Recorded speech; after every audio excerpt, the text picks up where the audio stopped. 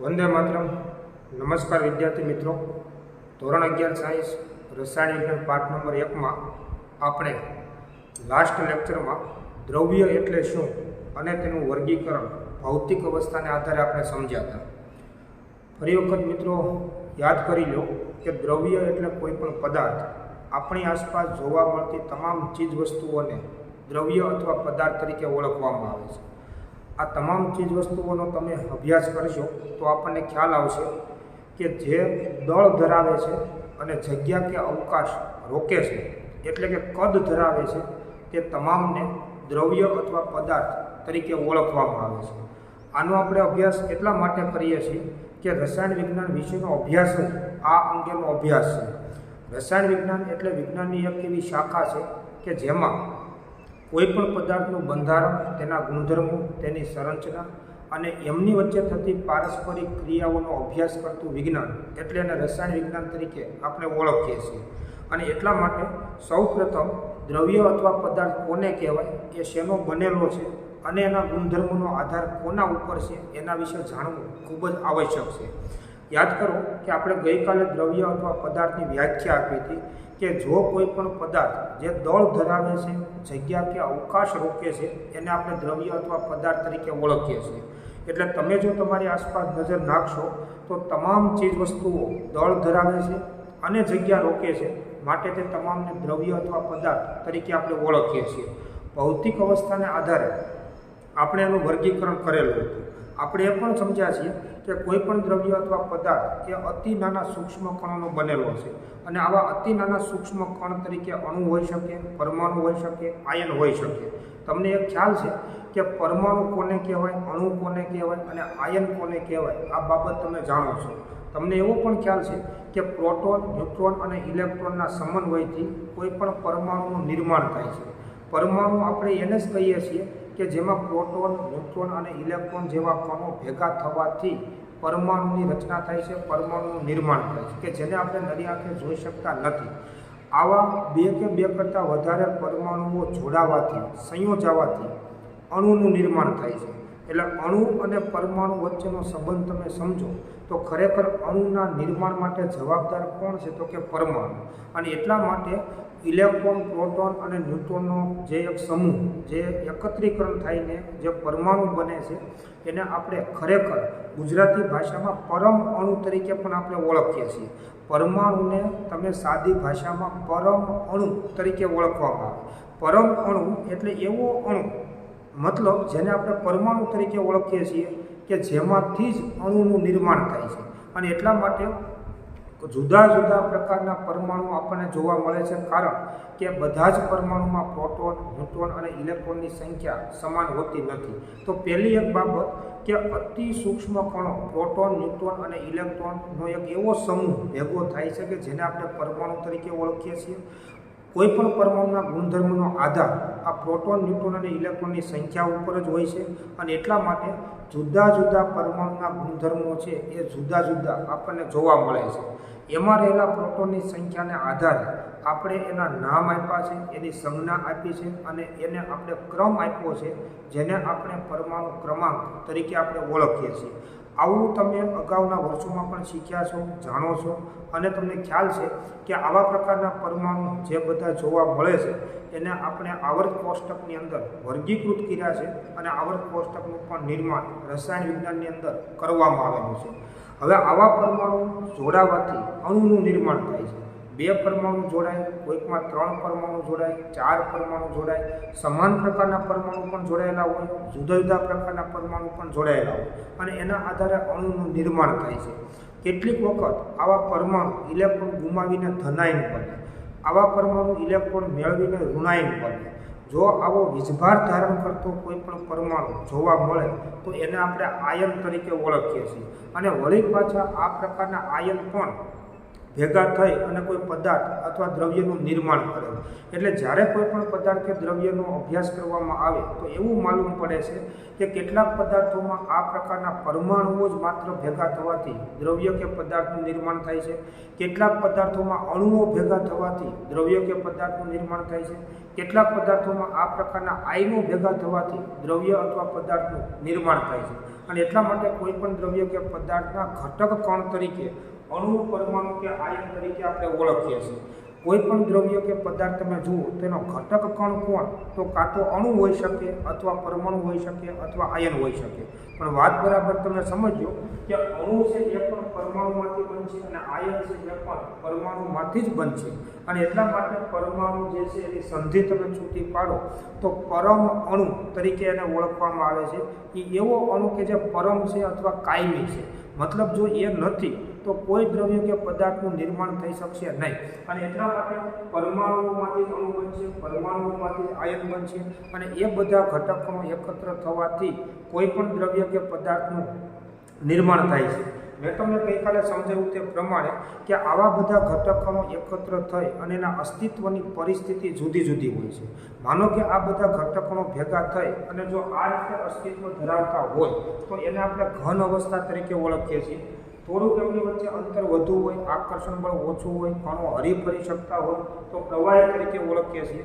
એનાથી વધુ અંતર હોય, આંતરાણવીય આકર્ષણ બળ અવગણી શકાય તેટલું ઓછું હોય, કણ સંપૂર્ણપણે સ્વતંત્ર હોય તો એને આપણે વાયુ અવસ્થા તરીકે આપણે ઓળખીએ છીએ. તો ગઈકાલે આપણે મિત્રો લાસ્ટ લેક્ચરમાં આપણે જોયું હતું તે પ્રમાણે કોઈ પણ દ્રવ્ય અથવા પદાર્થનું પ્રથમ ભૌતિક અવસ્થાને આધારે જો આપણે વર્ગીકરણ કરીએ તો એ ઘન, પ્રવાહી અને વાયુ આવા 3 પ્રકારમાં તેને વર્ગીકૃત કરી શકાય છે.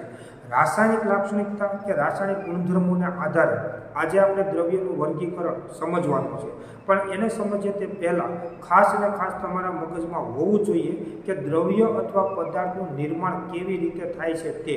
ફરી વખત તમને હું યાદ અપાવી દઉં કે કોઈ પણ ઘટક કણને આપણે ક્યારેય જોઈ શકતા નથી. અણુ હોય, પરમાણુ હોય કે આયન હોય એટલા બધા સૂક્ષ્મ છે કે એને આપણે નરી આંખે જોઈ શકતા નથી. અને જો તમે આવા એક અણુનો, એક પરમાણુનો કે એક આયનનો તમે જો અભ્યાસ કરો તો એને સૂક્ષ્મદર્શીય અભ્યાસ તરીકે ઓળખવામાં આવે, માઇક્રોસ્કોપિક અભ્યાસ તરીકે તેને ઓળખવામાં આવે. કારણ કે આ એટલા બધા કણ સૂક્ષ્મ છે કે જેને આપણે નરી આંખે તો શું પણ માઇક્રોસ્કોપ વડે પણ જોઈ શકતા નથી. એટલે એક કણનો અભ્યાસ તમે જો ધ્યાનમાં લો, એક કણને તમે અભ્યાસમાં તમે લો તો એ માઇક્રોસ્કોપિક અભ્યાસ કહેવાય. જ્યારે આવા કણો ભેગા થઈ અને એક મોટો સમૂહ ભેગો થાય છે કે જ્યારે તેનું કદ 1 નેનોમીટર કરતાં વધી જાય છે, જેને આપણે નરી આંખ વડે જોઈ શકીએ છીએ, ઉપયોગ કરી શકીએ છીએ. અને એ જથ્થાનો તમે જો અભ્યાસ કરો તો એને જથ્થાત્મક અભ્યાસ પણ કહેવાય અને સ્થૂળદર્શીય અભ્યાસ તરીકે પણ એને ઓળખવામાં આવે. ઇંગ્લિશમાં તેને મેક્રોસ્કોપિક અભ્યાસ તરીકે ઓળખવામાં આવે. જો તમે આ આખા જથ્થાને તમે ધ્યાનમાં લો અને એનો તમે જો અભ્યાસ કરો તો એ સ્થૂળદર્શીય અભ્યાસ કહેવાય, જથ્થાત્મક અભ્યાસ કહેવાય. આ આખા સમુદાયનો તમે જો અભ્યાસ કરો તો એ સ્થૂળદર્શીય અભ્યાસ કહેવાય. અને એનો જ આપણે હંમેશને માટે જીવન વ્યવહારમાં આપણે ઉપયોગ કરતા હોઈએ છીએ. પરંતુ એક વાતનો તમને ખ્યાલ આવશે કે આ આખા જથ્થાના ગુણધર્મનો આધાર કોના ઉપર છે, તો એના ઘટક કણના ગુણધર્મો ઉપર જ એનો આધાર રહેલો હોય છે. આ જથ્થાના ગુણધર્મોનો આધાર કોના ઉપર છે, તો એમાં રહેલા ઘટક કણો જે છે આ બધા એના ગુણધર્મો ઉપર એનો આધાર રહેલો હોય છે. અને એટલે તમે વિચારો કે જો તમારે કોઈ પણ દ્રવ્ય કે પદાર્થના ગુણધર્મોને સમજવા હોય ને તો એમાં રહેલા ઘટક કણને તમારે સમજવો પડે. એ ઘટક કણ શેનો બનેલો છે એને તમારે જાણવું પડે, સમજવું પડે. અને એના ઉપર એના ગુણધર્મોનો આધાર છે એ રહેલો હોય છે. અને એટલા માટે જો તમે કોઈ પણ એક કણને તમે અભ્યાસ તરીકે લો તો એ સૂક્ષ્મદર્શીય અભ્યાસ કર્યો એમ કહી શકાય. અને સૂક્ષ્મદર્શીય અભ્યાસ તરીકે એને આપણે ઓળખીએ છીએ. તો ખરેખર તમે જુઓ કે કોઈ પણ દ્રવ્ય કે પદાર્થના ગુણધર્મનો આધાર છે ને એ એમાં રહેલા ઘટક કણ ઉપર હોય છે. ઘટક કણ તરીકે જો આયન હોય, અણુ હોય કે પરમાણુ હોય એના ઉપર એના ગુણધર્મનો આધાર રહેલો હોય. અને તમે સમજી શકો છો કે કોઈ પણ દ્રવ્ય કે પદાર્થમાં આ જે ઘટક કણો છે એ જુદા જુદા હોય છે અને એટલા માટે એના ગુણધર્મો પણ આપણને જુદા જુદા જોવા મળે છે. તો કોઈ પણ દ્રવ્ય કે પદાર્થનું રાસાયણિક લાક્ષણિકતાને આધારે, રાસાયણિક ગુણધર્મોના આધારે જો આપણે વર્ગીકરણ કરીએ તો એ આપણને મુખ્યત્વે 2 પ્રકારે જોવા મળે છે. કે કેટલાક પદાર્થો મિશ્રણ સ્વરૂપમાં જોવા મળે છે, કેટલાક પદાર્થો આપણને શુદ્ધ સ્વરૂપમાં જોવા મળે છે. આ મિશ્રણ અને શુદ્ધ પદાર્થો એના ઘટકોની બાબતમાં જ છે. જો આપણે આસપાસ તમે નજર કરશો મિત્રો તો ઘણા બધા જે પદાર્થો આપણને જોવા મળે છે. અને ખાસ જોવાનું કે ભૌતિક અવસ્થા ભલે ગમે તે હોય, ઘન હોય, પ્રવાહી હોય કે વાયુ હોય, એ તો તમે યાદ કરો ઘટકોના અસ્તિત્વની માત્ર પરિસ્થિતિ છે. અને એના આધારે આપણે ઘન, પ્રવાહી અને વાયુ કહીએ છીએ. પરંતુ ભૌતિક અવસ્થા ગમે તે હોય, પણ એ દ્રવ્ય કે પદાર્થના નિર્માણમાં રહેલા ઘટક કણો જે છે એ ઘટક કણો કેવા પ્રકારના છે? એક જ પ્રકારના ઘટક કણો છે કે જુદા જુદા પ્રકારના ઘટક કણો છે? એના આધારે આપણે બે પ્રકારનું વર્ગીકરણ કરી શકીએ, મિશ્રણ અને શુદ્ધ પદાર્થ. આપણી આસપાસ તમે જો નજર નાખશો તો કોઈ પણ પદાર્થ એ આવી રીતે ઘણા બધા ઘટક કણોનું એકત્રીકરણ થવાથી, એનો સમુદાય એકત્ર થવાથી જ કોઈ પણ દ્રવ્ય કે પદાર્થનું નિર્માણ થાય છે. પરંતુ આપણે જેનો ઉપયોગ કરીએ છીએ એ પદાર્થો તમે જુઓ તો ઘણી બધી વખત બે કે બે કરતાં વધારે પદાર્થોના મિશ્રણથી નિર્માણ પામે છે અને એનો આપણે સીધો ઉપયોગ છે એ આપણે કરતા હોઈએ છીએ. તમે મિત્રો વિચારો કે જો તમે આપણી આસપાસ રહેલા ઘણા બધા પદાર્થોનો તમે જો અભ્યાસ કરો તો એ મિશ્રણ તરીકે આપણે એનો ઉપયોગ કરતા હોઈએ છીએ. મિશ્રણ તરીકે આપણે એનો આપણા જીવન વ્યવહારમાં આપણે એનો ઉપયોગ કરીએ છીએ. દાખલા તરીકે તમે જુઓ કે આપણી આસપાસ હવા છે, તો હવામાં કોઈ એક જ પદાર્થ નથી. હવામાં ઘણા બધા જુદા જુદા વાયુઓનું મિશ્રણ છે. ઓક્સિજન વાયુ છે, નાઇટ્રોજન વાયુ છે, કાર્બન ડાયોક્સાઇડ વાયુ છે, આર્ગોન વાયુ છે, હિલિયમ વાયુ છે, એ સિવાય બીજા ઘણા બધા વાયુઓ ભેગા થઈ અને હવાનું નિર્માણ થાય છે. તો હવા છે ને એ શુદ્ધ પદાર્થ ન કહેવાય, કેમ કે એમાં જુદા જુદા બે કે બે કરતાં વધારે પદાર્થોનું મિશ્રણ છે. તમે મિત્રો વિચારો કે આપણે ઘરમાં લીંબુ શરબત બનાવીએ છીએ, તો શું લીંબુ શરબત શુદ્ધ પદાર્થ કહેવાય? તરત આપણને પ્રશ્નનો જવાબ મળે છે કે લીંબુ શરબત શુદ્ધ પદાર્થ કહી શકાય નહીં, કારણ કે લીંબુ શરબતમાં એક પદાર્થ તરીકે પાણી છે, બીજા પદાર્થ તરીકેમાં ખાંડ ઉમેરીએ છીએ, ત્રીજા પદાર્થ તરીકેમાં મીઠું પણ ઉમેરીએ છીએ, ચોથા પદાર્થ તરીકેમાં લીંબુનું પાણી ઉમેરીએ છીએ. આમ લીંબુ શરબતનો જે આપણે જીવન વ્યવહારમાં પીવા માટે ઉપયોગ કરીએ છીએ એ શુદ્ધ પદાર્થ નથી, એ ઘણા બધા પદાર્થોનું મિશ્રણ છે. આ ઉપરાંત તમે જુઓ કે રોજબરોજના જીવનમાં આપણે ચા પીવા માટે ઉપયોગમાં લઈએ છીએ, તો તરત તમને પ્રશ્નનો જવાબ મળશે કે ચા એ શુદ્ધ પદાર્થ નથી, એમાં પણ પાણી ઉમેરેલું છે, દૂધ ઉમેરેલું છે, ચા અને ખાંડ જેવા પદાર્થો ઉમેરેલા છે. આમ જો તમે આપણી આસપાસ નજર નાખશો અને રોજિંદા જીવનમાં જો તમે એનો અભ્યાસ કરશો ને તો ઘણા બધા પદાર્થોનો ઉપયોગ આપણે મિશ્રણ તરીકે જ કરીએ છીએ. શુદ્ધ પદાર્થોનો ઉપયોગ જે આપણે કરીએ એ પણ ખૂબ મર્યાદિત હોય છે. મોટા ભાગના પદાર્થોનો જેનો આપણે ઉપયોગ કરીએ છીએ એ મિશ્રણ સ્વરૂપે આપણે ઉપયોગ કરીએ છીએ. એનો મતલબ બે કે બે કરતાં વધારે દ્રવ્ય કે પદાર્થનું જે મિશ્રણ છે, ભેગા થયેલા છે, એને મિશ્રણ તરીકે ઓળખવામાં આવે છે અને ઇંગ્લિશમાં તેને મિક્સચર તરીકે પણ આપણે એને ઓળખીએ છીએ. હવે આવા પ્રકારના મિશ્રણનો જ્યારે આપણે ઉપયોગ કરીએ છીએ તો આ બધા મિશ્રણમાં જે બે કે બે કરતાં વધારે ઘટકો ભેગા થઈ અને મિશ્રણનું નિર્માણ થાય છે. શબ્દ તમે સમજો, મિશ્રણ એક સાથે રહેલા છે, બે કે બે કરતાં વધારે પદાર્થો એક સાથે રહેલા છે અને એનો આપણે જ્યારે કોઈ પદાર્થ તરીકે ઉપયોગ કરીએ તો એને મિશ્રણ તરીકે આપણે એને ઓળખીએ છીએ. મિશ્રણમાં બે ઘટકો હોય અથવા ઘણી બધી વખત બે કરતાં વધારે પણ ઘટકો હોઈ શકે. વધુમાં મિશ્રણમાં જે બે કે બે કરતાં વધારે ઘટકો મિશ્ર થયેલા છે એનું કોઈ ચોક્કસ પ્રમાણ હોતું નથી. ગમે તે પ્રમાણમાં મિશ્ર થઈ અને મિશ્રણ તૈયાર થાય છે અને એનો આપણે સીધો ઉપયોગ કરી શકીએ છીએ. પરંતુ આવા પ્રકારના મિશ્રણનો જ્યારે અભ્યાસ કરવામાં આવે તો આપણને માલુમ પડશે કે મિશ્રણ પણ બે પ્રકારના હોય છે, જેને સમાન મિશ્રણ અને વિષમ મિશ્રણ તરીકે આપણે એને ઓળખીએ છીએ. જો સમાનનું મિશ્રણ, જેને ઇંગ્લિશમાં હોમોજીનિયસ મિક્સચર તરીકે ઓળખવામાં આવે છે, અને વિષમાન મિશ્રણ, જેને ઇંગ્લિશમાં હિટ્રોજીનિયસ મિક્સચર તરીકે એને ઓળખવામાં આવે છે. મિશ્રણનો મતલબ ખાસ એ સમજવાનો છે કે બે કે બે કરતાં વધારે પદાર્થોનું એક સાથે ભળેલા હોય છે, એમની વચ્ચે કોઈ રાસાયણિક પ્રક્રિયા થતી નથી. ખાસ અને ખાસ સમજવાનું, અને એટલે શબ્દ મિશ્રણ શબ્દ વાપરવામાં આવે. ઘટકો બે કે બે કરતાં વધારે પદાર્થોના ઘટકો એકબીજાની સાથે માત્ર ને માત્ર ભરેલા હોય છે, એમની વચ્ચે કોઈ રાસાયણિક પ્રક્રિયા થતી નથી. મિશ્રણના ઘટકો એકબીજા સાથે જોડાતા નથી, સંયોજાતા નથી, કોઈ પ્રક્રિયા કરતા નથી. માત્ર ને માત્ર એના કણો એકબીજાની સાથે અસ્તિત્વ ધરાવે છે અને એટલા માટે એને મિશ્રણ તરીકે એને ઓળખવામાં આવે. હવે આવા મિશ્રણનો તમે જો અભ્યાસ કરો તો આવા પ્રકારના મિશ્રણ તમને કીધું તે પ્રમાણે એને બે પ્રકારે અને વર્ગીકૃત છે એ કરી શકાય છે: સમાન મિશ્રણ અને વિષમાંગ મિશ્રણ. પણ ખાસ અને ખાસ આપણે યાદ હોવું જોઈએ કે બે ઘટકો હોય, બે કરતાં વધારે ઘટકો હોય, એમની વચ્ચે કોઈ રાસાયણિક પ્રક્રિયા થતી નથી, એકબીજા સાથે સંયોજાતા નથી, માત્ર ને માત્ર એકબીજાની સાથે મિશ્ર અવસ્થામાં જોવા મળે છે. અને આ પ્રકારના મિશ્રણને જો તમે અભ્યાસમાં લો તો એ બે પ્રકારના મિશ્રણ સ્વરૂપે જોવા મળશે, સમાંગ મિશ્રણ અને વિષમાંગ મિશ્રણ. વિચારો કે સમાંગ મિશ્રણ કોને કહેવાય? તો આ એવા પ્રકારનું મિશ્રણ હોય છે કે જેમાં બે કે બે કરતાં વધારે ઘટકો મિશ્ર થઈ અને એકરૂપ સંરચના ધારણ કરે છે. જે બે ઘટકો એમાં મિશ્ર થયેલા છે એમની વચ્ચેનો ભેદ પારખી શકાતો નથી. એકબીજામાં સંપૂર્ણપણે મિશ્ર થઈ અને એકરૂપ સંરચના ધરાવતું જ્યારે મિશ્રણ તૈયાર થાય છે એને સમાંગ મિશ્રણ તરીકે એને વિજ્ઞાનમાં ઓળખવામાં આવે છે. આવા પ્રકારનું સમાંગ મિશ્રણ જે છે એમાં રહેલા બંને ઘટકોને આપણે કોઈ ચોક્કસ હદ રેખા વડે અલગ કરી શકતા નથી. એમાં રહેલા બંને ઘટકોને નરી આંખે તો શું પણ માઇક્રોસ્કોપ વડે પણ એને આપણે અલગ સ્વરૂપે જોઈ શકતા નથી. આવી રીતે જો એકબીજામાં ભળી જાય અને એકરૂપ સંરચના ધારણ કરે તો એવા પ્રકારના મિશ્રણને સમાંગ મિશ્રણ તરીકે ઓળખવામાં આવે. જે બે ઘટકો મિશ્ર થાય છે એની ભૌતિક સ્થિતિ મિત્રો ગમે તે હોય, એની સાથે મતલબ નથી, પરંતુ આવી રીતે જો મિશ્રણ થયેલું હોય કે એમાં રહેલા બંને ઘટકો વચ્ચે કોઈ ચોક્કસ હદરેખા હોતી નથી, એને અલગ જોઈ શકાતા નથી, કોઈ ચોક્કસ ભેદરેખા વડે એને અલગ પાડી શકાતા નથી, નરી આંખે તો શું પણ માઇક્રોસ્કોપ વડે પણ એને અલગ સ્વરૂપે તમે જોઈ ન શકો.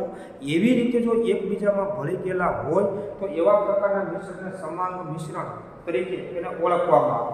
સમાંગ મિશ્રણ એટલે તમે જુઓ કે બધી જ દિશાઓમાં એક સરખી સંરચના, એક સરખું બંધારણ ધરાવતું મિશ્રણ, જેને સમાંગ મિશ્રણ તરીકે ઓળખવામાં આવે.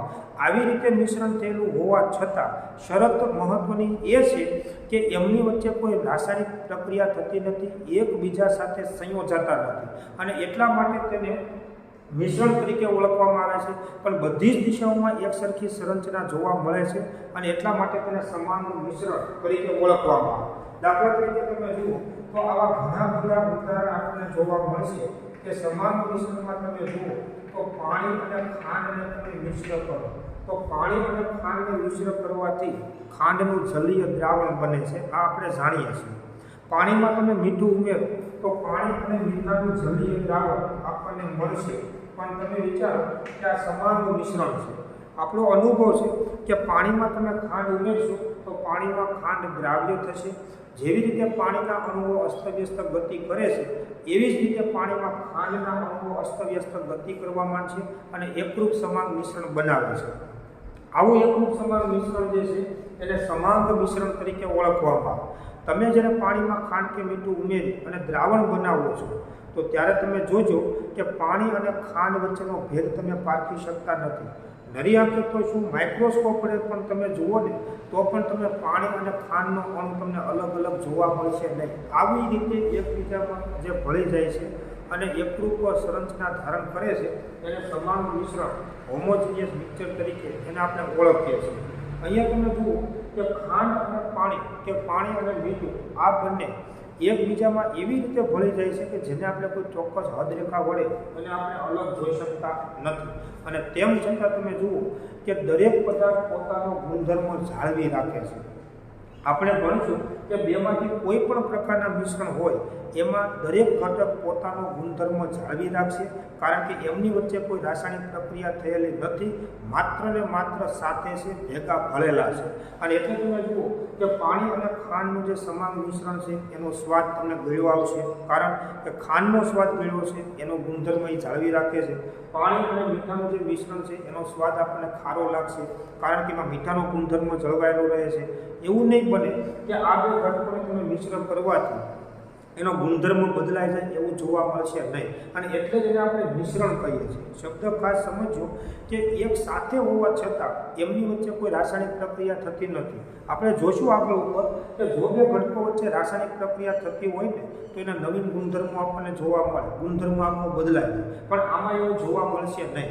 એટલે પહેલી એક બાબત કે સમાંગ મિશ્રણ કોને કહેવાય કે બે કે બે કરતાં વધારે ઘટકો ભલે ગમે તે પ્રમાણમાં મિશ્ર થાય, આનું સાપેક્ષ પ્રમાણ ગમે તે પણ ગમે તે પ્રમાણમાં મિશ્ર થઈ અને એક સાથે કોઈ ચોક્કસ હદ રેખા વડે જો તેને અલગ કરી શકાતા ન હોય, કોઈ ભેદ રેખા વડે તેને અલગ જોઈ શકાતા ન હોય, તો એવા પ્રકારના મિશ્રણ અને સમગ્ર સંરચના એક સમાન જો માલુમ પડે તો એવા પ્રકારના મિશ્રણને સમાંગ મિશ્રણ તરીકે એને ઓળખવામાં આવે.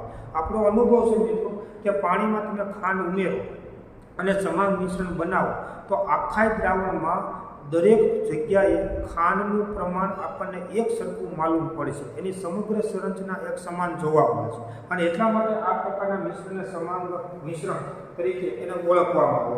આવી રીતે તમે જુઓ કે નાઇટ્રોજન વાયુ અને ઓક્સિજન વાયુ આ બંનેનું મિશ્રણ છે એ પણ સમાંગ મિશ્રણ છે કે જેને આપણે હવા તરીકે ઓળખીએ છીએ.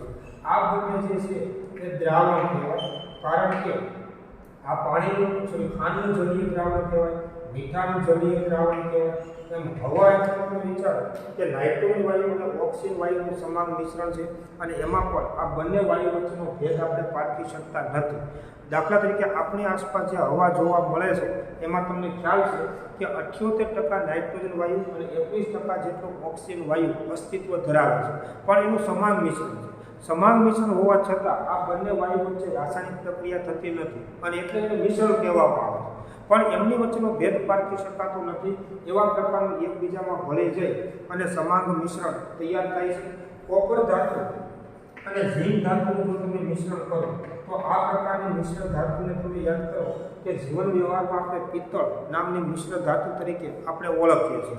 તો તમે અહીંયા જોઈ શકશો કે બે કે બે કરતાં વધારે ઘટકો હોય અને એ ઘટકોની ભૌતિક સ્થિતિ પણ ભલે ગમે તે, માનો કે આમાં ભૌતિક સ્થિતિ પ્રવાહી છે, કારણ કે મીઠુંની ભૌતિક સ્થિતિ ઘન છે, આ બંનેની ભૌતિક સ્થિતિ વાયુ છે, આ બંનેની ભૌતિક સ્થિતિ ઘન છે. પદાર્થની ભૌતિક સ્થિતિ ઘન હોય, પ્રવાહી હોય કે વાયુ હોય, પરંતુ બે કે બે કરતાં વધારે ઘટકો જો આવી રીતે મિશ્ર થતા હોય કે જેમાં બંને ઘટકો વચ્ચેનો કોઈ ભેદ પારખી શકાતો ન હોય, એવી રીતે સમગ્ર એકરૂપ સંરચના જોવા મળે અને એમની વચ્ચે કોઈ રાસાયણિક પ્રક્રિયા થતી ન હોય તો એવા પ્રકારના મિશ્રણને સમાંગ મિશ્રણ તરીકે ઓળખવામાં આવે. દાખલા તરીકે પિત્તળ નામની જે મિશ્ર ધાતુ છે મિત્રો, એમાં તમે જોજો કે કોપર અને ઝીંકનો આપણે ભેદ પારખી શકતા નથી. આ કારણ કે આ બંને ધાતુનું સમાંગ મિશ્રણ છે. આવી રીતે કોઈ પણ પ્રકારના જે સમાંગ મિશ્રણ છે અને આવા અનેક ઉદાહરણો આપણે સમાંગ મિશ્રણના જોઈએ છીએ. લીંબુ શરબત એ પણ સમાંગ મિશ્રણ છે. ચા જે આપણે પીવા માટે ઉપયોગ કરીએ છીએ તો એ પણ સમાંગ મિશ્રણ છે.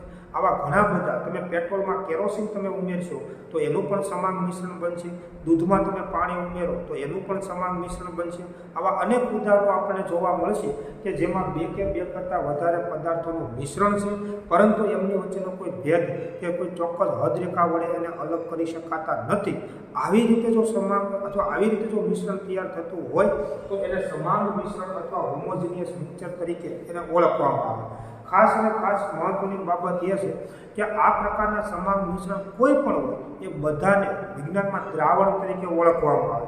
ઇંગ્લિશમાં જેને આપણે સોલ્યુશન કહીએ છીએ, દ્રાવણ શબ્દ જે તમે વાપરો છો અને વિજ્ઞાનમાં આપણે દ્રાવણ ખરેખર કોને કહીએ છીએ, તો આવા કોઈ પણ સમાંગ મિશ્રણ હોય ને એ તમામને દ્રાવણ તરીકે ઓળખવામાં આવે છે. ખાસ અને ખાસ યાદ રાખજો મિત્રો કે સમાંગ મિશ્રણ કોઈ પણ પ્રકારના હોય, એવું નથી સમજવાનું કે પ્રવાહી અને ઘનનું સમાંગ મિશ્રણ હોય તો જ દ્રાવણ કહેવાય, એવું માત્ર સમજવાનું નથી. ભૌતિક અવસ્થા ઘન હોય, પ્રવાહી હોય કે વાયુ હોય, જો સમાંગ મિશ્રણ હોય બે કે બે કરતાં વધારે ઘટકો તો એવા તમામ સમાંગ મિશ્રણને દ્રાવણ તરીકે ઓળખવામાં આવે. ખાસ યાદ રાખવાનું છે કે ઘટકો હંમેશા બે જ હોય એવું જરૂરી હોતું નથી. બે કે બે કરતાં વધારે પણ ઘટકો હોય, ભૌતિક સ્થિતિ પણ ગમે તે પ્રકારની હોઈ શકે. શરત માત્ર એટલી છે કે સમગ્ર સંરચના એક સમાન હોવી જોઈએ, એમની વચ્ચે કોઈ રાસાયણિક પ્રક્રિયા થવી ન જોઈએ અને દરેક ઘટક પોતાનો લાક્ષણિક ગુણધર્મ જાળવી રાખવો જોઈએ. જો આવી રીતે મિશ્રણ તૈયાર થાય તો એવા મિશ્રણને સમાંગ મિશ્રણ તરીકે ઓળખવામાં આવે છે અને કોઈ પણ સમાંગ મિશ્રણને વિજ્ઞાનમાં દ્રાવણ તરીકે ઓળખવામાં આવે. પછી તમે યાદ કરો, આપણે એવું સમજ્યા છીએ કે આ પ્રકારના સમાંગ મિશ્રણમાં જે ઘટકનું પ્રમાણ વધારે હોય એને દ્રાવક કહીએ છીએ અને જે ઘટકનું પ્રમાણ ઓછું હોય એને દ્રાવ્ય તરીકે આપણે એને ઓળખતા હોઈએ. પરંતુ સમાંગ મિશ્રણ કોઈ પણ પ્રકારના હોય એ તમામને વિજ્ઞાનની અંદર દ્રાવણ તરીકે ઓળખવામાં આવે. તમે વિચારો કે હવામાં 78% નાઇટ્રોજન, 21% જેટલું ઓક્સિજન છે, તો કહી શકાય નાઇટ્રોજન વાયુ છે દ્રાવક છે અને ઓક્સિજન વાયુ છે દ્રાવ્ય ઘટક છે. કોપર અને ઝીંકનું સમાન મિશ્રણ થઈ પિત્તળ નામની મિશ્ર ધાતુ બને છે. તેમાં કોપરનું પ્રમાણ વધુ હોય, ઝીંકનું પ્રમાણ ઓછું હોય તો કોપર છે દ્રાવક કહેવાય, ઝીંક છે દ્રાવ્ય ઘટક કહેવાય. આમ કોઈ પણ પ્રકારના સમાન મિશ્રણ હોય એ બધાને દ્રાવણ તરીકે ઓળખવામાં આવે. લીંબુ શરબત તમે જુઓ એ સમાન મિશ્રણ છે અને એક પ્રકારનું દ્રાવણ જ કહેવાય. અને એમાં તમે જોજો કે દરેકે દરેક ઘટકનો સ્વાદ તમને માલુમ પડશે. ખાંડનો ગળ્યો સ્વાદ, મીઠાનો ખારો સ્વાદ, લીંબુ પાણીનો ખાટો સ્વાદ આપણને માલુમ પડે છે અને એટલે જ એને આપણે શરબત તરીકે પીવા માટે ઉપયોગ કરીએ છીએ. શું કામ દરેક ઘટકે પોતાનો ગુણધર્મ જાળવી રાખ્યો? કારણ કે સમાન મિશ્રણ છે. તો પહેલી એક બાબત મિત્રો કે મિશ્રણ જે છે એના જે બે પ્રકાર છે એમાં પહેલો પ્રકાર સમાંગ મિશ્રણ કોને કહેવાય? તો બે કે બે કરતાં વધારે ઘટકો એકબીજા સાથે સંપૂર્ણપણે મિશ્ર થઈ અને સમગ્ર સંરચના એક સમાન માલુમ પડે કે ધરાવે તો એવા પ્રકારના મિશ્રણને સમાંગ મિશ્રણ તરીકે ઓળખવામાં આવે. ઘટકો ગમે તેટલા હોઈ શકે અને એનું પ્રમાણ પણ ગમે તેટલા પ્રમાણમાં હોઈ શકે. ગમે તે પ્રમાણમાં ઘટકો મિશ્ર થઈ અને જો સમગ્ર સંરચના એક સમાન ધારણ કરે અને એને કોઈ ચોક્કસ હદરેખા વડે અલગ કરી શકાય નહીં તો એવા પ્રકારના મિશ્રણને સમાન મિશ્રણ તરીકે એને ઓળખવામાં આવે. આ બધા મિશ્રણ મિત્રો એવા છે કે તમે નરી આંખે તો આ બધા ઘટકોને અલગ નહીં જોઈ શકો, પણ માઇક્રોસ્કોપ વડે પણ તમે જો જુઓ ને તો પણ તમે આ ઘટકોને અલગ સ્વરૂપે જોઈ શકતા નથી. અને એટલા માટે આ પ્રકારના મિશ્રણને સમાંગ મિશ્રણ તરીકે ઓળખવામાં આવે. બીજો જે પ્રકાર છે એને વિષમાંગ મિશ્રણ તરીકે ઓળખવામાં આવે. હવે તમને આના ઉપરથી ખ્યાલ આવી જશે મિત્રો કે તો પછી વિષમાંગ મિશ્રણ કોને કહેવાય? તો એમાંય બે કે બે કરતાં વધારે ઘટકોનું ગમે તે પ્રમાણમાં મિશ્ર થઈ અને મિશ્રણ તૈયાર થતું હોય છે, પરંતુ એમાં એ બંને ઘટકોને કોઈ ચોક્કસ હદરેખા વડે તમે અલગ જોઈ શકો છો, કોઈ ચોક્કસ ભેદરેખા વડે તમે એને અલગ જોઈ શકશો. કેટલીક વખત નરી આંખે ન દેખાય તો માઇક્રોસ્કોપ વડે પણ એમાં રહેલા ઘટકોને તમે અલગ સ્વરૂપે જોઈ શકો. દાખલા તરીકે તમે જુઓ કે ખાંડ અને મીઠું આ બંનેને તમે મિશ્ર કરો, કે ખાંડ પ્લસ મીઠું આને તમે બેને મિશ્ર કરો તો ખાંડના કણો અને મીઠાના કણોને આપણે નરી આંખે સ્પષ્ટપણે અલગ સ્વરૂપે આપણે જોઈ શકીએ. તો આ જે છે ખાંડ અને મીઠાનું મિશ્રણ એ વિષમાંગ મિશ્રણ કહેવાય કે જેમાં બંને ઘટકોને આપણે નરી આંખે સ્પષ્ટપણે અલગ જોઈ શકીએ છીએ. બંને ઘટકોને કોઈ ચોક્કસ હદરેખા વડે તમે એને અલગ કરી શકો. આ રીતે તમે જુઓ કે આયર્નનો પાવડર હોય, લોખંડનો ભૂકો અને એમાં તમે ખાંડ ઉમેરો. આયર્નનો પાવડર અને ખાંડ આ બંનેનું તમે જો મિશ્રણ કરશો તો એ વિષમાંગ મિશ્રણ કહેવાય કે જેમાં તમે બંને ઘટકોને આપણે નરી આંખે સ્પષ્ટપણે અલગ આપણે જોઈ શકીએ. આ એવા ઘટકો છે કે સાથે છે પરંતુ એમનું એકરૂપ સમાન મિશ્રણ નથી બનતું, એકબીજામાં સંપૂર્ણપણે ભળી જતા નથી. અને એટલા માટે બંને ઘટકોને આપણે કોઈ ચોક્કસ હદરેખા વડે અલગ જોઈ શકીએ છીએ, કોઈ ચોક્કસ ભેદરેખા વડે એને આપણે અલગ જોઈ શકીએ છીએ. તો એવા પ્રકારનું મિશ્રણ હોય તો એને વિષમાંગ મિશ્રણ તરીકે એને ઓળખવામાં આવે. દાખલા તરીકે તમે જુઓ કે પાણીમાં તમે તેલ ઉમેરો તો પાણીમાં તમે જો તેલ ઉમેરશો તો એકબીજામાં સંપૂર્ણપણે મિશ્ર થશે નહીં, સાથે હશે પણ એકબીજામાં સંપૂર્ણપણે ભળી જતા નથી. તમે એ બંનેને કોઈ ચોક્કસ હદરેખા વડે અલગ જોઈ શકશો અને એટલા માટે તેને વિષમાંગ મિશ્રણ તરીકે એને ઓળખવામાં આવે. આપણો અનુભવ છે કે રોજિંદા જીવનમાં કે અનાજ કે કઠોળ હોય તો અનાજ કે કઠોળના કણોમાં એની સાથે માટીના કણો હોય છે, રેતીના કણો હોય છે અને એને તમે યાદ કરો કે સ્પષ્ટપણે આપણે અલગ જોઈ શકીએ છીએ. તો અનાજ કે કઠોળના દાણાની સાથે માટી કે રેતીના જે કણો છે એ સંપૂર્ણપણે ભળી જતા નથી, એ વિષમાંગ મિશ્રણ છે. જેનો મતલબ શું થયો કે બે કે બે કરતાં વધારે ઘટકો સાથે છે પણ સંપૂર્ણપણે ભળી જતા નથી. એ બંને ઘટકોને કોઈ ચોક્કસ હદરેખા વડે તમે અલગ જોઈ શકો છો, અલગ નિહાળી શકો છો અને કોઈ ચોક્કસ ભેદરેખા વડે તમે એને અલગ જોઈ શકો છો. આવા પ્રકારનું જો મિશ્રણ હોય તો એને વિષમાંગ મિશ્રણ તરીકે એને ઓળખવામાં આવે.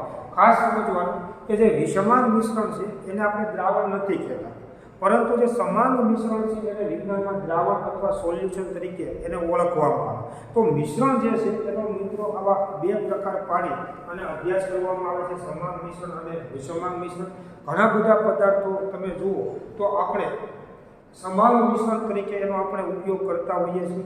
કેટલાક પદાર્થો એવા હોય છે કે જેનો આપણે વિષમાંગ મિશ્રણ તરીકે પણ આપણે ઉપયોગ કરતા હોઈએ. મહત્વની શરત એ છે કે મિશ્રણ બેમાંથી ગમે તે હોય, મિશ્રણ શબ્દ તમે ત્યારે ઉપયોગમાં લઈ શકો કે જેમાં બે કે બે કરતાં વધારે ઘટકો કોઈ પણ પ્રમાણમાં મિશ્ર થઈ શકે છે અને મિશ્ર થઈ અને એકબીજા સાથે કોઈ પ્રકારની રાસાયણિક પ્રક્રિયા કરતા નથી. દરેક ઘટક પોતાનો રાસાયણિક ગુણધર્મ જાળવી રાખે છે. એવા પ્રકારના પદાર્થોની જો પરિસ્થિતિ હોય તો એને મિશ્રણ તરીકે ઓળખવામાં આવે. એમાંથી જો એકબીજામાં સંપૂર્ણપણે ભળી જતા હોય તો સમાન મિશ્રણ તરીકે ઓળખવામાં આવે છે.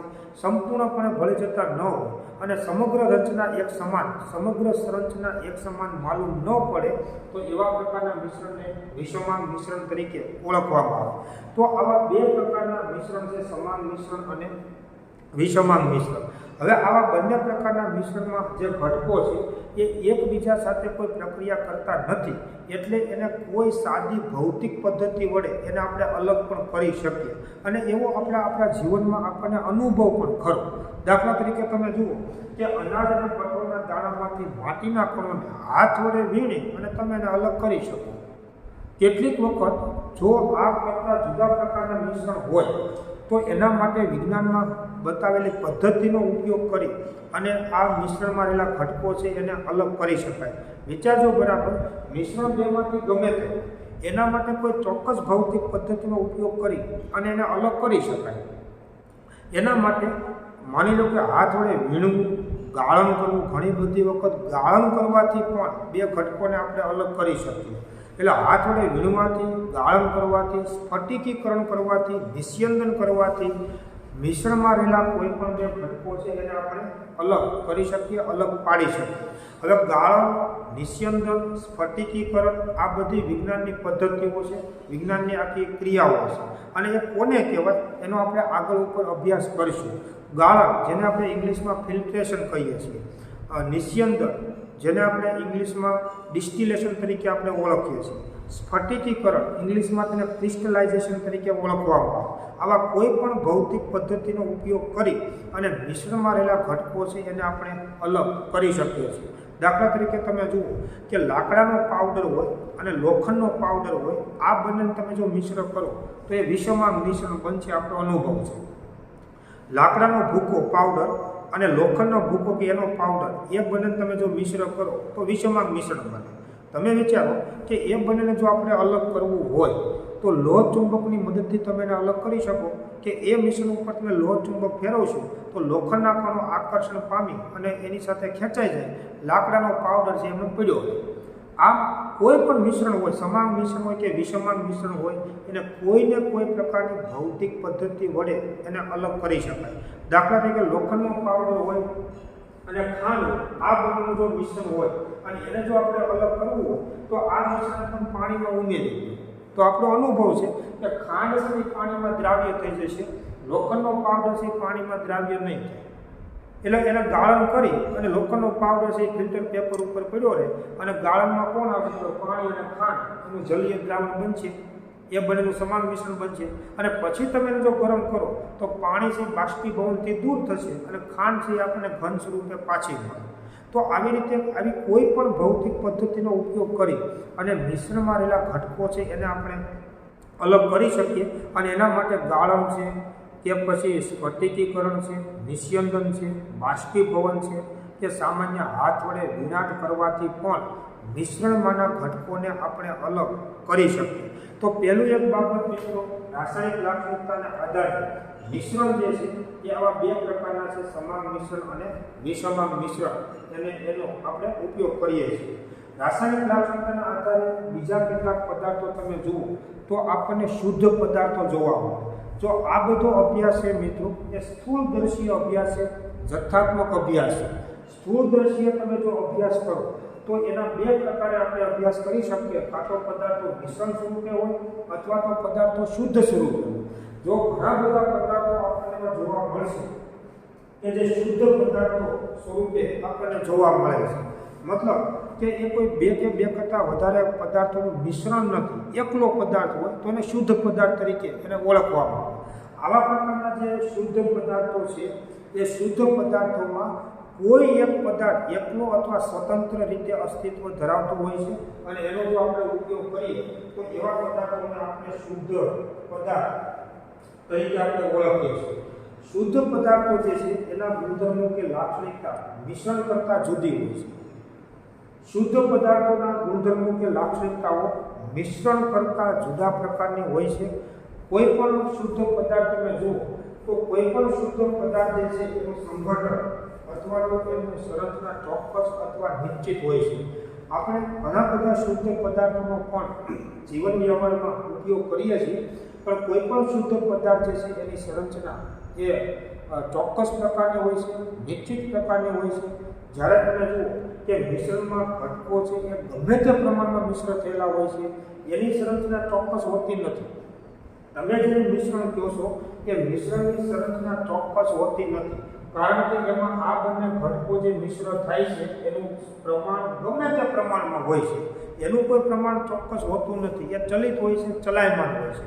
જ્યારે જેને આપણે શુદ્ધ પદાર્થ કહીએ છીએ એ શુદ્ધ પદાર્થ ભલે જેમાંથી બનેલો હોય તેમાંથી, પણ એની સંરચના ચોક્કસ અને નિશ્ચિત હોય છે અને જોવા મળે છે. આવા પ્રકારના શુદ્ધ પદાર્થો જે છે એ આપણી સામે તમે અભ્યાસ કરો તો એ ઘણા બધા શુદ્ધ પદાર્થોનો આપણે આપણા રોજિંદા જીવનમાં ઉપયોગ કરીએ છીએ. દાખલા તરીકે તમે પાણી અને ખાંડનું મિશ્રણ કર્યું તો એમાં પાણી એકલું તમે જુઓ તો એ શુદ્ધ પદાર્થ કહેવાય. ખાંડ એકલાને તમે ઉપયોગમાં લ્યો તો એ શુદ્ધ પદાર્થ કહેવાય.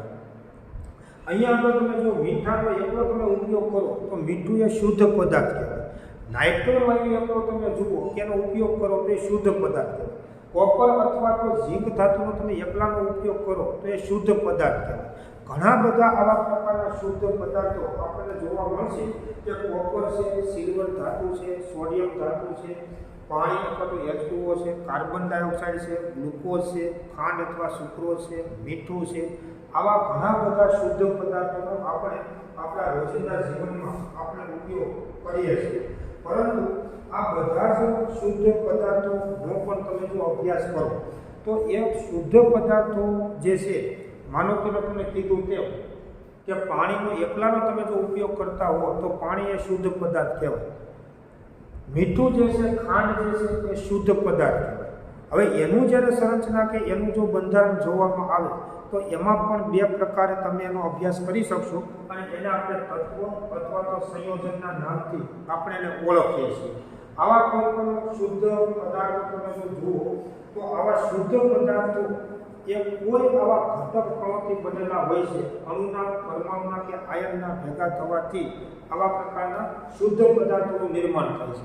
હવે તમે જુઓ કે તમે માનો કે પાણીની જો વાત કરતા હો તો પાણી H2O એ શુદ્ધ પદાર્થ છે, પણ પાણી આપણે કોને કીધું તો એમાં અસંખ્ય ઘટક કણો છે અને એ ઘટક કણ જે છે એ શેનો બનેલો છે એને તમે જો ધ્યાનમાં લો તો એના આધારે પદાર્થ અથવા શુદ્ધ પદાર્થોના પણ બે પ્રકાર પાડી શકાય છે, જેને તત્વ અને સંયોજનના નામથી એને ઓળખવામાં આવે.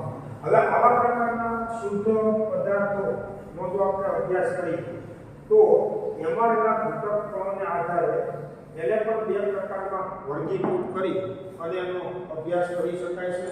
શુદ્ધ પદાર્થ તત્વ તરીકે પણ હોય છે અને સંયોજન તરીકે પણ હોય છે. અને તમે યાદ કરો કે તત્વને આપણે ઇંગ્લિશમાં એલિમેન્ટ તરીકે આપણે ઓળખીએ છીએ. સંયોજન છે એને આપણે ઇંગ્લિશમાં કમ્પાઉન્ડ તરીકે આપણે ઓળખીએ છીએ. અગાઉ ધોરણ 9 અને 10માં પણ તમે મિત્રો આનો અભ્યાસ કરેલો છે. આમ તો 9મા ધોરણથી આ પ્રકારના શબ્દોથી તમે માહિતગાર છો અને આપણે ફરી વખત એને આપણે યાદ કરવાનું છે. તત્વ જેને આપણે ઇંગ્લિશમાં એલિમેન્ટ તરીકે ઓળખીએ છીએ અને સંયોજનને આપણે ઇંગ્લિશમાં કમ્પાઉન્ડ તરીકે આપણે ઓળખીએ છીએ. જો શુદ્ધ પદાર્થ કોઈ પણ પદાર્થ જે છે મિત્રો એ તમે જાણો છો કે કોઈને કોઈ પ્રકારના ઘટક કણોથી બનેલો છે અને એ ઘટક કણ તરીકે પરમાણુ હોઈ શકે, અણુ હોઈ શકે અથવા તો આયન પણ હોઈ શકે. પરંતુ જો આ શુદ્ધ પદાર્થ જે છે એમાં બે પ્રકારે શુદ્ધ પદાર્થો આપણને જોવા મળશે, જેને આપણે તત્વ અને સંયોજનના નામથી આપણે ઓળખીએ છીએ. તત્વ કોને તો કેટલાક પદાર્થો મિત્રો આપણને એવા જોવા મળશે કે જે એક જ પ્રકારના ઘટક કણથી બનેલો હોય. પછી એ પરમાણુ ઘટક કણ તરીકે હોય તોય ભલે અને ઘટક કણ તરીકે અણુ હોય તોય ભલે, પણ એક જ પ્રકારના પરમાણુ કે અણુથી બનેલા પદાર્થને તત્વ અથવા ઇંગ્લિશમાં તેને એલિમેન્ટ તરીકે ઓળખવામાં આવે. વિચારજો, ભૌતિક સ્થિતિ ભલે ગમે તે હોય, ઘન, પ્રવાહી કે વાયુ, એની સાથે મતલબ નથી, પણ એમાં જે ઘટક કણ છે એ એક જ પ્રકારના પરમાણુથી બનેલો હોય અથવા એક જ પ્રકારના અણુથી બનેલો જો પદાર્થ હોય ને, તો એવા પદાર્થને તત્વ અથવા એલિમેન્ટ તરીકે એને ઓળખવામાં આવે. દાખલા તરીકે તમે જુઓ કે સોડિયમ ધાતુ તમે જુઓ, તમે કોપર ધાતુ તમે જુઓ, તમે સિલ્વર ધાતુ તમે જુઓ, તો આ બધી ધાતુ તત્વો છે એને તત્વ. શું કામ? એમાં એક જ પ્રકારના અસંખ્ય પરમાણુઓ ભેગા થઈ અને કોઈ પદાર્થ છે એનું નિર્માણ થાય છે. દાખલા તરીકે આ કણોની ભૌતિક સ્થિતિ ઘન છે અને ઘન સ્થિતિનો મતલબ તમે સમજી શકો છો, તેમાં અસંખ્ય ઘટકો આ રીતે વ્યવસ્થિત ક્રમબદ્ધ રીતે ગોઠવાયેલા હોય. હવે આવા અસંખ્ય પરમાણુ ભેગા થાય છે પણ એક જ પ્રકારના. માનો કે તમે સિલ્વર ધાતુને તમે ધ્યાનમાં લો, તેમાં અસંખ્ય પરમાણુ સિલ્વરના હોય. કોપર ધાતુને તમે ધ્યાનમાં લો, તેમાં અસંખ્ય પરમાણુ કોપરના હોય. સોડિયમ ધાતુને તમે ધ્યાનમાં લો, તેમાં અસંખ્ય પરમાણુ સોડિયમના હોય. એટલે એક જ પ્રકારના પરમાણુ કે એક જ પ્રકારના અણુથી બનેલા પદાર્થને તત્વ અથવા ઇંગ્લિશમાં તેને એલિમેન્ટ તરીકે ઓળખવામાં આવે. ખાસ જોજો કે જુદા જુદા તત્વોના પરમાણુના ગુણધર્મો જુદા જુદા હોય. અને એ સીધી વાત છે, કેમ કે આનું જે બંધારણ છે, આમાં જે પ્રોટોન, ન્યુટ્રોન, ઇલેક્ટ્રોન છે, એના કરતાં આના પરમાણુમાં પ્રોટોન, ન્યુટ્રોન, ઇલેક્ટ્રોનની સંખ્યા જુદી હોય. એટલે એક જ તત્વના બધા જ પરમાણુના ગુણધર્મો સમાન હોય. કેમ કે એક જ તત્વ તમે લો તો એક જ તત્વમાં બધા એક સરખા જ પરમાણુ હોય. માનો કે તમે સિલ્વર તત્વને ધ્યાનમાં તમે લેતા હો, તો એમાં અસંખ્ય પરમાણુ સિલ્વર ના જ હોય અને બધાના ગુણધર્મો એક સમાન હોય, કારણ કે બધામાં પ્રોટોન, ન્યુટ્રોન, ઇલેક્ટ્રોનની સંખ્યા સરખી હોય. એટલે એક જ પ્રકારના તત્વના બધા જ પરમાણુઓ સમાન હોય, પરંતુ જુદા જુદા તત્વોના પરમાણુના ગુણધર્મો જુદા જુદા હોય. તો એક જ પ્રકારના પરમાણુ કે અણુથી બનેલા પદાર્થને તત્વ અથવા એલિમેન્ટ તરીકે ઓળખવામાં આવે. તો આવા પ્રકારના જો તમે ધાતુ તત્વો તમે લો, તો એમાં આ રીતે એક જ પ્રકારના અસંખ્ય પરમાણુ ભેગા થઈ અને જો સાથે અસ્તિત્વ ધરાવે તો એને તત્વો તરીકે ઓળખવામાં આવે છે. પરમાણુના એકત્રીકરણથી તત્વો બને છે, પણ એક જ પ્રકારના પરમાણુ સંયોજાયેલા હોય છે, જોડાયેલા હોય છે, અને એટલા માટે તત્વ તરીકે ઓળખવામાં આવે. કેટલીક વખત એવું બને કે બે કરતાં વધારે પરમાણુઓ જોડાઈને અણુ પહેલાં બનાવે, પછી અણુ સાથે અસ્તિત્વ ધરાવતા. દાખલા તરીકે તમે જુઓ કે બે હાઇડ્રોજનના પરમાણુ જોડાઈને H2 અણુ બનાવે, બે ઓક્સિજનના પરમાણુ જોડાઈને O2 અણુ બનાવે, બે નાઇટ્રોજનના પરમાણુ જોડાઈને N2 અણુ બનાવે, અને પછી આવા અસંખ્ય અણુ એક સાથે જો સમૂહમાં અસ્તિત્વ ધરાવતા હોય તો એને પણ તત્વ તરીકે ઓળખવામાં આવે છે. તમે મિત્રો વિચારો, આપણી બુકની અંદર આ રીતે જુદા જુદા તત્વોના પરમાણુ આપણી બુકની અંદર આપેલા છે, અને તમે નીચે જુઓ કે બે હાઇડ્રોજનના પરમાણુ, દાખલા તરીકે આ પરમાણુ હાઇડ્રોજનનો છે, દાખલા તરીકે આ પરમાણુ ઓક્સિજનનો છે, આ પરમાણુ નાઇટ્રોજનનો છે, આ પરમાણુ કોપરનો છે, આ પરમાણુ સોડિયમનો છે. આમ આ બધા જ પરમાણુ જે છે એના ગુણધર્મો જુદા જુદા, કારણ કે દરેક પરમાણુ જે છે એના બંધારણમાં ઇલેક્ટ્રોન, પ્રોટોન, ન્યુટ્રોનની સંખ્યા સરખી નથી. પરંતુ જ્યારે આવા હવે બનશે કેવું કે એમાં ભૌતિક સ્થિતિ ઘન હોય, પ્રવાહી હોય, વાયુ હોય. દાખલા તરીકે તમે જુઓ કે આ કોપરના અસંખ્ય પરમાણુ ભેગા થાય તો એ કોપર ધાતુ બનશે, પણ એ તત્વ હોય. ભલે એ અવસ્થા ઘન છે, પણ એક જ પ્રકારના પરમાણુઓ ભેગા થઈ અને સમૂહમાં અસ્તિત્વ ધરાવે તો એને તત્વ કહેવાય. કેટલીક વખત આવા બે કરતાં વધારે પરમાણુ જોડાય પહેલાં અણુ બનાવે. જેમ કે બે હાઇડ્રોજનના પરમાણુ જો આ રીતે જોડાય તો તમે વિચારો કે H2 નો અણુ બને છે, એ આપણે જાણીએ છીએ, અને H2 અણુ કહેવાય. આવી રીતે બે ઓક્સિજનના પરમાણુ જોડાય એ રીતે સંયોજન તો O2 નો અણુ બનાવે છે, O2 અણુ. અને આ રીતે પછી H2 ના અસંખ્ય અણુ કે પછી O2 ના અસંખ્ય અણુ જ્યારે એક સાથે સમૂહમાં અસ્તિત્વ ધરાવે તો એને આપણે વાયુ અવસ્થા તરીકે ઓળખીએ છીએ. દાખલા તરીકે જુઓ કે કોઈ એક બંધ પાત્રમાં H2 નો એક અણુ, બીજો અણુ, ત્રીજો અણુ, ચોથો અણુ, આવા અસંખ્ય H2 ના અણુ જ્યારે બંધ પાત્રમાં તમે એકત્ર કરશો ત્યારે વાયુ અવસ્થા આપણને મળશે. પણ આ દરેક અણુ જે છે ને એ સમાન પ્રકારના પરમાણુથી બનેલો છે. દાખલા તરીકે બે હાઇડ્રોજનના પરમાણુ જોડાવાથી H2 અણુ બને છે, આવો એક અણુ, આવો બીજો, આવો ત્રીજો, આવો ચોથો, આવો પાંચમો વગેરે. અને એટલા માટે આ બધાના ગુણધર્મો એક સરખા હોય. અને આ રીતે જો એક જ પ્રકારના પરમાણુ કે એક જ પ્રકારના અણુથી બનેલો જે પદાર્થ છે એને તત્વ અથવા એલિમેન્ટ તરીકે એને ઓળખવામાં આવે. તો અહીંયા તમે જુઓ કે તત્વો આપણે જે છે એ આવી રીતે જો કોઈ પદાર્થનું નિર્માણ થતું હોય તો એને તત્વ અથવા એલિમેન્ટ તરીકે ઓળખવામાં આવે છે. અને એમાં રહેલા જે આ ઘટક કણો જે છે, અણુ હોય તે ભલે, પરમાણુ હોય તે ભલે, એને કોઈ સાદી ભૌતિક પદ્ધતિ વડે એને અલગ કરી શકાતા નથી. એમાં રહેલા, માનો કે આ જે H2 નો અણુ છે એમાંથી 2 હાઇડ્રોજન પરમાણુ તમારે જુદા પાડવા હોય તો એના માટે કોઈ રાસાયણિક પ્રક્રિયા કરવી પડે. રાસાયણિક પ્રક્રિયાનો ઉપયોગ કરી અને એ 2 પરમાણુ તમે અલગ કરી શકો. એટલે તત્વ અથવા તો કોઈ આવા તાત્વિક પદાર્થ જે છે એમાં રહેલા બંને ઘટકોને અલગ કરવા માટે કોઈ રાસાયણિક પદ્ધતિ કે રાસાયણિક પ્રક્રિયાનો ઉપયોગ કરવો પડે છે. કોઈ સાદી ભૌતિક પદ્ધતિનો ઉપયોગ કરી અને એને આપણે અલગ કરી શકતા નથી. દાખલા તરીકે આમાં જે ઓક્સિજનનો અણુ છે એમાં 2 ઓક્સિજનના પરમાણુ જોડાયેલા હોય અને એને જો આપણે જુદા પાડવા હોય તો રાસાયણિક પ્રક્રિયા જ કરવી પડે. રાસાયણિક પ્રક્રિયા કર્યા વગર એને આપણે અલગ કરી શકતા નથી. તો તત્વોમાં જે આ બધા ઘટકો જે છે એક જ પ્રકારના હોય છે. એટલે કે એક જ પ્રકારના પરમાણુ કે અણુના માંથી બનતા પદાર્થને શું કહેવાય? તત્વ અથવા એલિમેન્ટ તરીકે એને ઓળખવામાં આવે. કેટલાક પદાર્થો જે છે એને આપણે સંયોજન અથવા કમ્પાઉન્ડના નામથી આપણે એને ઓળખીએ છીએ. તો હવે તમે સમજી શકશો કે જુદા જુદા તત્વોના પરમાણુઓ જોડાવાથી જે પદાર્થ બને એને સંયોજન અથવા કમ્પાઉન્ડ તરીકે એને ઓળખવામાં આવે.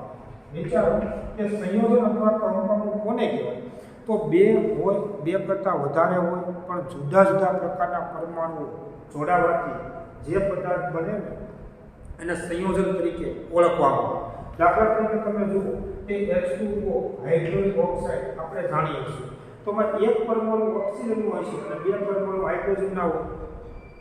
આ રીતે જુદા જુદા પરમાણુઓ જોડાવાથી સંયોજન બને છે અને એને સંયોજનના અણુ તરીકે ઓળખવામાં આવે. આ જે અણુ છે H2O અને O2 તો એને તત્વના અણુ તરીકે ઓળખવામાં આવે છે. કેમ કે એક જ પ્રકારના પરમાણુઓ જોડાય છે. ઓઝોન તમે જુઓ એમાં ઓક્સિજનના 3 પરમાણુ જોડાય, હંમેશા 2 જોડાય એવું નથી હોતું, પણ એક જ પ્રકારનો પરમાણુ હોવો જોઈએ. ફોસ્ફરસ તમે જુઓ તો ફોસ્ફરસના 4 પરમાણુ જોડાયેલા હોય. સલ્ફર તમે જુઓ તો સલ્ફરના 8 પરમાણુ જોડાયેલા હોય, પણ એક જ પ્રકારના. આના તમે અસંખ્ય અણુ ભેગા કરો, આના અસંખ્ય અણુ ભેગા કરો, આના અસંખ્ય અણુ ભેગા કરો, આના અસંખ્ય અણુ ભેગા કરો તો એ વાયુ અવસ્થામાં અસ્તિત્વ ધરાવશે. P4 અને S8 આના તમે અસંખ્ય અણુ ભેગા કરશો તો ઘન અવસ્થા જોવા મળશે. S8 આના અસંખ્ય અણુ ભેગા કરો તો એમાંય ઘન અવસ્થા જોવા મળશે. અવસ્થા ગમે તે હોય પણ એક જ પ્રકારના પરમાણુથી કે અણુથી બનેલા પદાર્થને તત્વ કહેવાય. જ્યારે જુદા જુદા પ્રકારના પરમાણુઓ જોડાવાથી બનતા પદાર્થને સંયોજન અથવા કમ્પાઉન્ડ તરીકે ઓળખવામાં આવે. આ રીતે 2 હાઇડ્રોજનના પરમાણુ અને 1 ઓક્સિજનનો પરમાણુ જો ભેગો જોડાય અને વિચાર કરો H2O બને છે. કાર્બન ડાયોક્સાઇડ તમે જુઓ તો કાર્બન ડાયોક્સાઇડમાં કાર્બનનો 1 પરમાણુ અને ઓક્સિજનના 2 પરમાણુ જોડાવાથી CO2 નો અણુ બને છે. એમોનિયા તમે જુઓ તો નાઇટ્રોજનનો 1 પરમાણુ હાઇડ્રોજનના 3 પરમાણુ જોડાવાથી એમોનિયાનો અણુ બને છે. સુક્રોઝ તમે જુઓ તો C12H22O11 કે જેમાં કાર્બન, હાઇડ્રોજન, ઓક્સિજન આ 3 પ્રકારના પરમાણુઓ જોડાવાથી ખાંડનો અણુ બને છે. અને વધુમાં તમે જુઓ દરેકનું પ્રમાણ ચોક્કસ અથવા નિશ્ચિત પ્રમાણમાં હોય છે. 1 ઓક્સિજનનો પરમાણુ અને 2 હાઇડ્રોજન પરમાણુ જોડાય તો જ H2O પાણીનો અણુ બનશે. 1 કાર્બનનો પરમાણુ 2 ઓક્સિજનના પરમાણુ જોડાય તો જ CO2 કાર્બન ડાયોક્સાઇડ વાયુ બનશે. અર્થાત સંયોજનના જે અણુ હોય કે તત્વના અણુ હોય એની સંરચના એ નિશ્ચિત હોય છે, એનું પ્રમાણ ચોક્કસ હોય છે. મિશ્રણની જેમ ઘટકો ગમે તે પ્રમાણમાં મિશ્ર થયેલા હોય એવું આમાં હોતું નથી. આના જે ઘટકો છે તમે જુઓ તત્વ કે સંયોજનના ઘટક એટલે કોણ? તો કે એમાં રહેલા પરમાણુ અથવા તો અણુ. પણ એનું જે પ્રમાણ છે ચોક્કસ હોય છે અથવા તો નિશ્ચિત હોય છે. હવે H2O ના તમે અસંખ્ય અણુ તમે ભેગા કરો અને જો ઘન અવસ્થામાં હોય તો બરફ કહેવાય, પ્રવાહી અવસ્થામાં હોય તો પાણી કહેવાય, વાયુ અવસ્થામાં હોય તો એને વરાળ કહીએ છીએ. સામાન્ય તાપમાને અને દબાણે CO2 ના અસંખ્ય અણુ ભેગા કરીશું તો વાયુ અવસ્થામાં જોવા મળશે. સામાન્ય તાપમાને દબાણે એમોનિયાના અસંખ્ય અણુ ભેગા કરશો તો એ વાયુ અવસ્થામાં જોવા મળશે. આના અસંખ્ય અણુ તમે ભેગા કરશો તો એ ઘન અવસ્થામાં જોવા મળશે.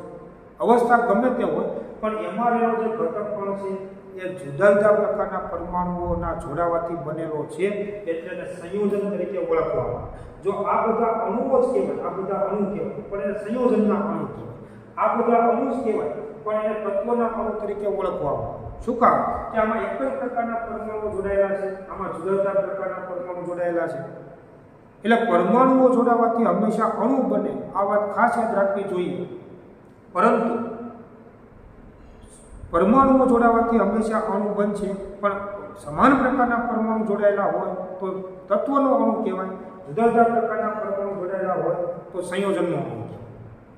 હવે મહત્વની વાત તમે જોજો મિત્રો કે અહીંયા આગળ હાઇડ્રોજનના બે પરમાણુ જોડીને H2 અણુ બને છે. તો જે બે પરમાણુ જોડાઈને એક જ સરખા છે, બેના ગુણધર્મો સમાન જ છે. એટલે આના હાઇડ્રોજન પરમાણુના જેવા ગુણધર્મો હોય એવા જ ગુણધર્મો H2 અણુ ના હોય. ઓક્સિજનના બે પરમાણુ જોડાઈને O2 અણુ બને છે, તો ઓક્સિજનના પરમાણુના જેવા ગુણધર્મો હોય એવા જ ગુણધર્મો O2 અણુ ના હોય. પરંતુ અહીંયા તમે જુઓ કે H2O તમે જ્યાં પહોંચો ત્યાં એક પરમાણુ ઓક્સિજનનો છે, બે પરમાણુ હાઇડ્રોજનના છે. તો ઓક્સિજન પરમાણુનો ગુણધર્મ જુદો છે, હાઇડ્રોજનના પરમાણુના ગુણધર્મ જુદા છે. અને એટલે તમે જો આપણે આમ પ્રક્રિયા લખીએ છીએ કે H2 O2 આ બંને જોડાઈને શું બનાવશે તો કે H2O બનાવે. તો આમાં તમે જો આના ગુણધર્મો જુદા છે, આના ગુણધર્મો જુદા છે. જ્યારે સંયોજનનો અણુ બને છે ત્યારે એમાં રહેલા બંને ઘટક તત્વો પોતાનો મૂળ ગુણધર્મ ગુમાવે છે અને કોઈ નવીન ગુણધર્મ પ્રાપ્ત કરશે. આનો ગુણધર્મ આમાં નહીં જોવા મળે, આનો ગુણધર્મ આમાં નહીં જોવા મળે. આ વાત ખાસ યાદ રાખજો. સંયોજનનો અણુ જ્યારે બને છે તો એમાં રહેલા ઘટક તત્વો પોતાનો મૂળ ગુણધર્મ કે પોતાનો મૂળ લાક્ષણિક ગુણધર્મ ગુમાવી દે છે અને નવીન ગુણધર્મ પ્રાપ્ત કરે છે.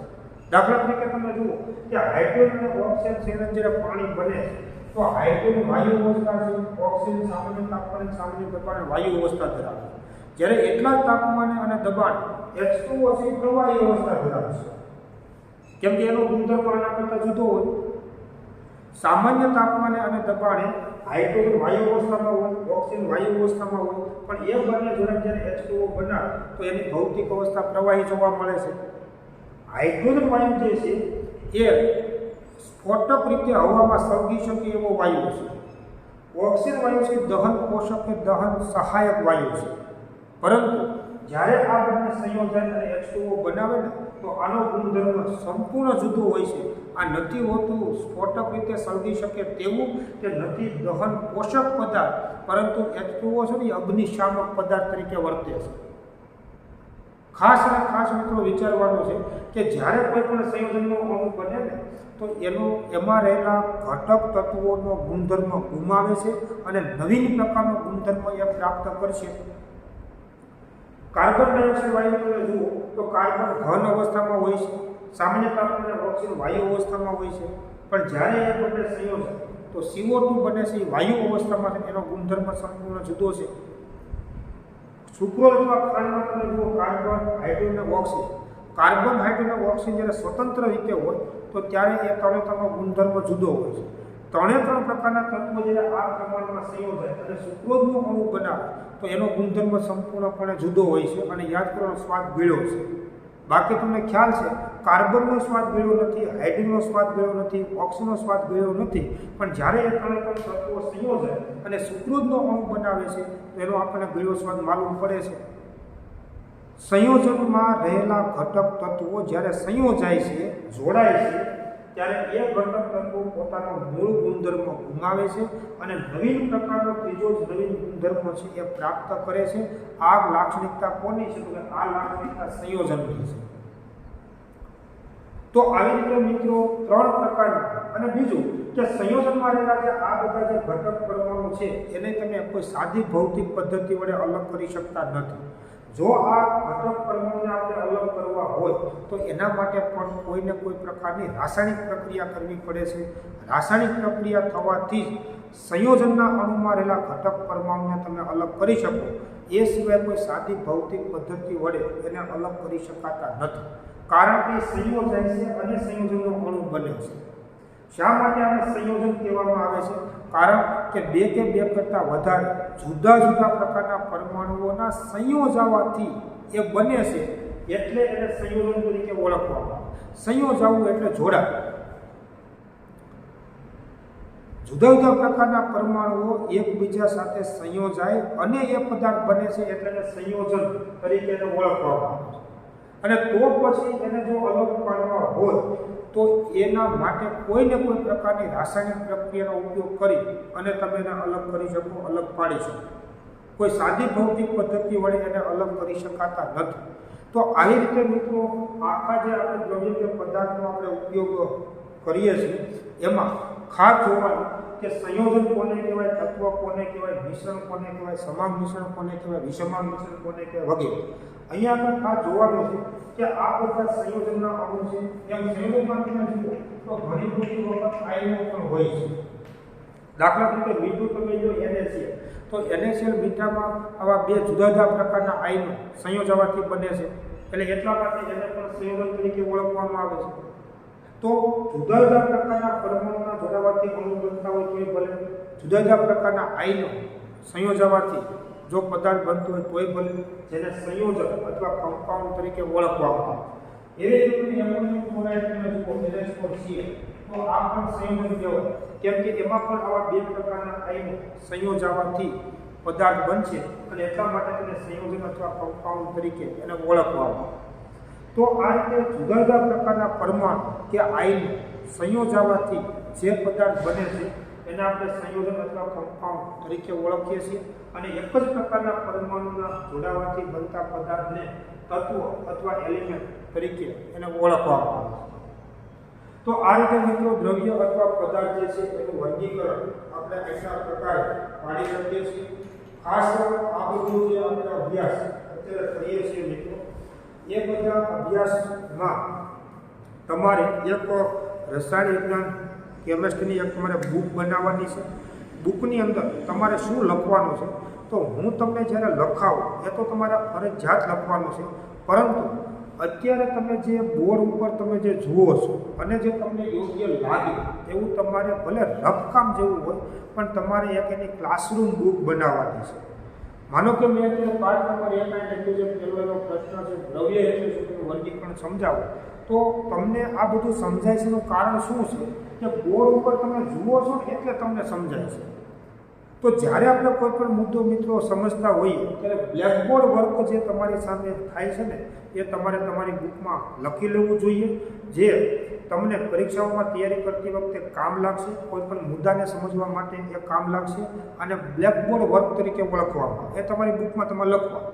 પછી જ્યારે હું લખાવું ત્યારે એ જ બુકમાં આગળ એવી રીતે લખવાનું છે. ક્લાસરૂમ બુક મિત્રો કેવી હોય છે કે જે તમને ક્યારેક ક્યારેક રફકામ જેવું પણ લાગે છતાં લખવાનું છે, કેમ કે મુદ્દાઓને સમજવા માટે આ પ્રકારનું લખાણ ખૂબ જ ઉપયોગમાં આવશે અને એટલા માટે તમારે એક આવી બુક બનાવવાની છે.